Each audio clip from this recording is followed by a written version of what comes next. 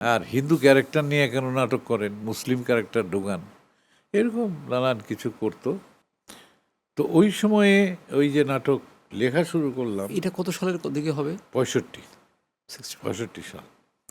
এরপরে কলেজে আরও নাটক লিখলাম, করলাম। এ এ- এ- তখন তো আমি ঢাকায় এসে আমার একটা বিস্ময় হলো, মানে আমি ঢাকায় এসে আমার একটা বিস্ময় ঠিক না, আমার একটা শখ হলো আর কি। সেটা হচ্ছে যে এই আকাশবাণী রেডিওর নাটক শুনে শুনে, ঢাকা বেতারের নাটক শুনে শুনে আমার ধারণা হয়েছিল যে আমরা যে সংবাদগুলো পেতাম যে কলকাতায় প্রফেশনাল থিয়েটার আছে, প্রতিদিন নাটক হয়, ঢাকায় এসে দেখলাম যে না, কোথাও নাটক এরকম হয় নেই। না, ওই রকম প্রফেশনাল দলও নেই।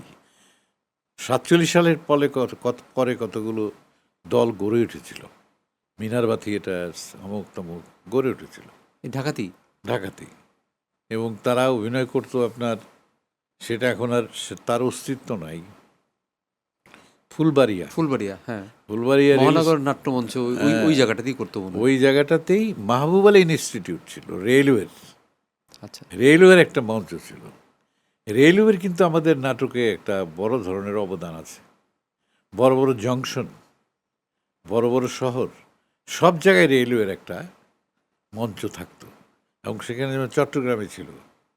এখন তো নাই এরকম কিছু। আহ, এখন নাই। ওয়াজিউল্লাহ ইনস্টিটিউট ছিল একটা, এটা রেলওয়ের। হ্যাঁ, তারপর সৈয়দপুরে আছে, সৈয়দপুরে এখনও সে মঞ্চ আছে। ময়মনসিংহে ছিল স্টেশন, বড় স্টেশন, তার পাশে একটা রেলওয়ে ইনস্টিটিউট। এই রেলওয়ে ইনস্টিটিউট অনেক জায়গায় ছিল। এই ঢাকায় ছিল মাহবুব আলী ইনস্টিটিউট। এখানে নাটক হতো, অলমোস্ট রেগুলারলি নাটক হতো। পরে তো ওই ধরনের প্রফেশনাল থিয়েটার, কমার্শিয়াল থিয়েটার গড়ে উঠলো না, যার ফলে এই যে পাড়ার নাটকের দল, পুরনো ঢাকার নাটকের দল, এরা এখানে করতো। আরেকটা হচ্ছে পুরান ঢাকার লালকুঠি, কিন্তু এগুলো কি দর্শনের বিনিময় ছিল না? কেউ কেউ চেষ্টা করেছেন দর্শনের বিনিময়ে করার জন্য, চেষ্টা করেছেন, কিন্তু তখন টিকিট বিক্রি করা যেত না।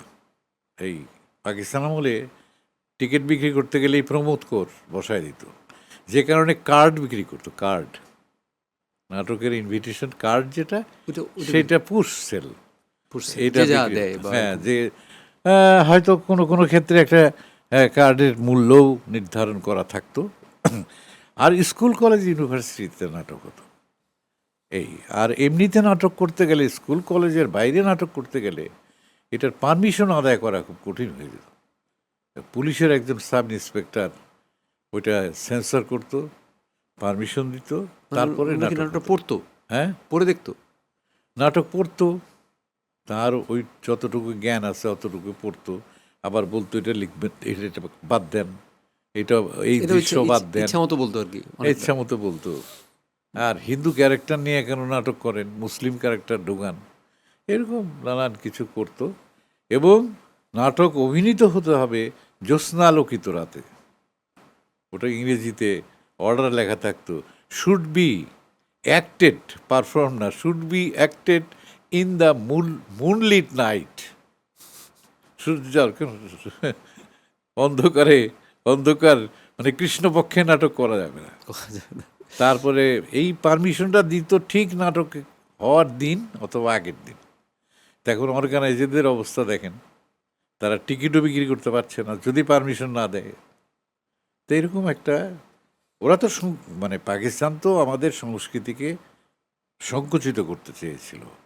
এই সংকোচনের মধ্যে আমাদের ভাষা বিকৃতি করারও নাটক। তো একটা চেষ্টা ছিল, যেটুকু আমি জানি যে হ্যাঁ, পাকিস্তান আমলে তো আমাদের এমনিতেও উর্দু তারা প্রতিষ্ঠা করার চেষ্টা করছে, করার পরে তারা আসলে বাংলাটাকে যেভাবে মানে ধ্বংস করা যায়, বাংলার পরিবর্তে অন্যান্য ভাষার ব্যবহার যেটা করা যায় সেটা চেষ্টাটা করেছিল ওই সময়টায়, যা হ্যাঁ, মনে হয়। সেইটা তো ধরেন অনেক ধরনের চেষ্টাই হয়েছে, আমাদের ভাষার উপরেই তো বড় আঘাত হলো।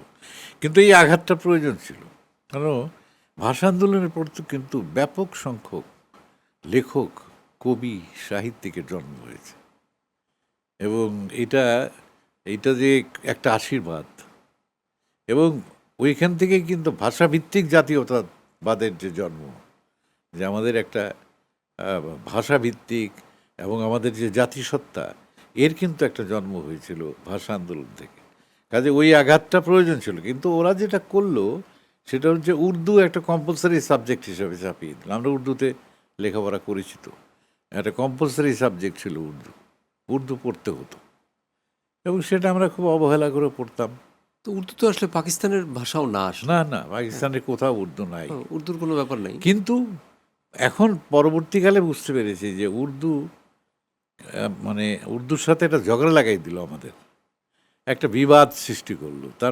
কারণ উর্দু একটা অত্যন্ত সমৃদ্ধ ভাষা, উর্দুর তো কোনো দোষ নেই, খুবই সমৃদ্ধ ভাষা। এবং উর্দু সাহিত্য পরবর্তীকালে যখন আমরা পড়ার সুযোগ পেয়েছি, অনুবাদ হয়ে যখন এসছে, এই যে মান্টু, সাদাত হাসান মান্টু, কৃষ্ণচন্দ্র, তারপর মির্জা গালিব, সবাই তো উর্দু দিয়ে লিখতো। এবং এরা এত সমৃদ্ধ তাদের চিন্তা, ফিলসফি, এটা আমরা জানতে পারিনি। তবে এবং ফার্সি তো আরও সমৃদ্ধ ভাষা, রুমি, হাফিজ, ওমর খৈয়াম থেকে শুরু করে। না, ভাষার তো এখানে আমি কোনো দোষ দেখি না, না। কিন্তু আমার যে ভাষাটা, মানে আমি যে ভাষায় কথা বলছি, আমাকে যদি জোর করে বলা হয় যে না এই ভাষাটাকে এটা এটা বলতে হবে, এই ওয়ার্ডটাকে এটা না বলে এটা বলতে হবে, এই সেন্টেন্সটাকে এটা না বলে এটা বলতে হবে, তখনই তো ভাষার ঝামেলাটা শুরু হয়ে যায়।